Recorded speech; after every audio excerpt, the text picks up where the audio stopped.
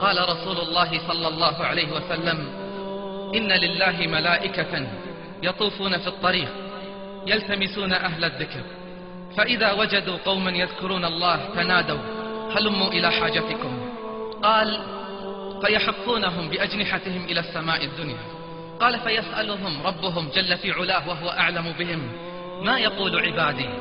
قال: يقولون يسبحونك ويكبرونك ويمجدونك ويحمدونك. فيقول جل في علاه: هل رأوني؟ قال: فيقولون: لا والله ما رأوك. قال: فيقول: كيف لو رأوني؟ قال: يقولون: لو رأوك كانوا أشد لك عبادة وأشد لك تمجيدا وتحميدا وأكثر تسبيحا.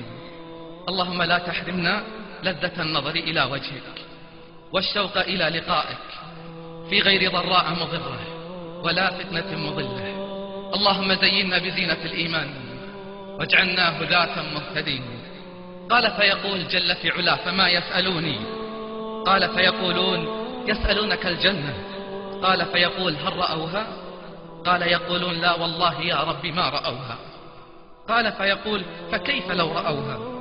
قال: يقولون: لو أنهم رأوها كانوا أشد عليها حرصا وأشد طلبا وأعظم فيها رغبة. فأين المشمرون؟ أين المشمرون؟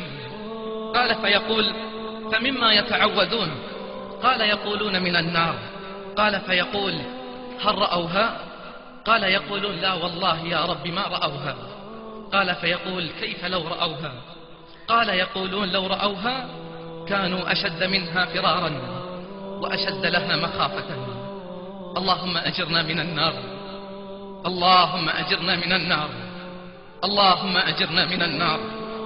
قال: فيقول: أشهدكم أني قد غفرت لهم، فأبشروا يا أهل هذه المجالس.